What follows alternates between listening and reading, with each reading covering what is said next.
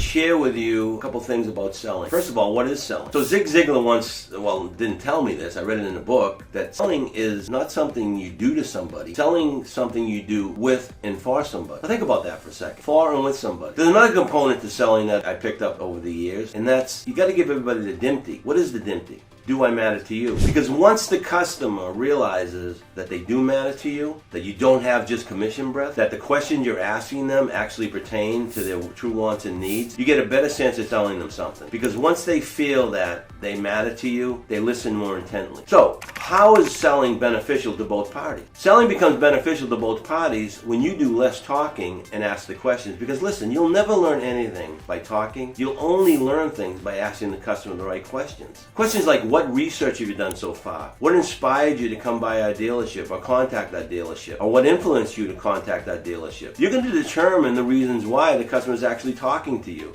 What attracted you to this particular vehicle that you're inquiring about? And they'll tell you the reasons why they're looking at this particular vehicle. What do you like most about the car you own now versus the car, what do you like least about the car you're driving now? You get this information from the customer, and that's delivering the DIMTY. They get a sense that they do matter to you because you're asking the right question. And that makes a really good sales consultant. That's how you become really good. Once again, remember, you're never going to learn anything by talking. You'll only learn things by asking questions. And those questions and the answers that the customer gives you are only going to allow you to land the customer on the right vehicle and present the vehicle in a manner that appeals to them. Think about it. The questions that you ask a customer. Stop with the verbal vomit. Stop talking. Start asking those questions and listen with the intent to understand what they're saying. What makes a good sales consultant is learning the customer's perspective. We often talk about empathy, having empathy for the customer. Every sales consultant in the country can fake empathy. I know exactly how you feel. I've often felt the same way. But when you get inside the customer's head and determine their perspective, why they're actually answering the questions that way, you get a better idea of how to sell them. Now, you're always going to get rejection. And how do you handle rejection? You learn from your objections. You learn from your experiences. When someone doesn't buy a car from you or doesn't buy an F&I product from you, you determine the reasons why. What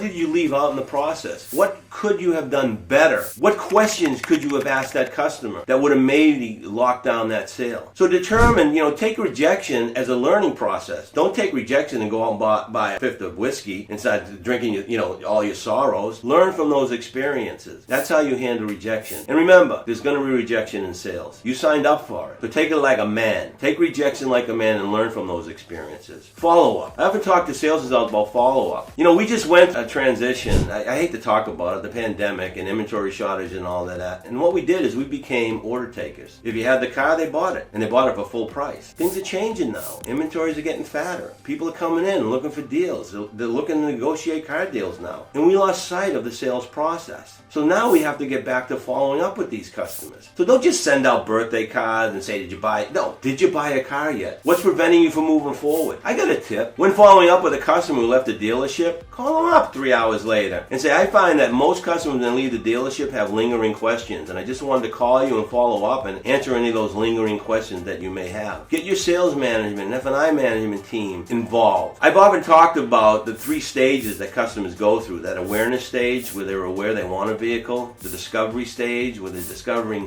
where they want to do business with and what type of car they want, which draws them closer to a decision stage. You want to be part of that discovery stage the whole time up until the point the customer makes that decision. And you want to find out when they're ready to make that decision, and if in fact they have made the decision yet. That's the follow-up I'm talking about. Because that all leads, your ability to follow a process, your ability to do the right things every single time, to get really good CSI, customer satisfaction, to really get customers, that your follow-up's good and they come back and buy cars from you. That's what puts you on a track to move forward in the automobile business. You start off as a sales consultant making $60,000 a year, maybe $70,000 a year. You have aspirations to move into, $100,000 or more. Get on the sales tower. But you got to get there by your appearance, how you approach customers, how you approach the sale, how you listen to your sales managers and what they tell you to do, and how you follow through on your obligation as what they tell you to do.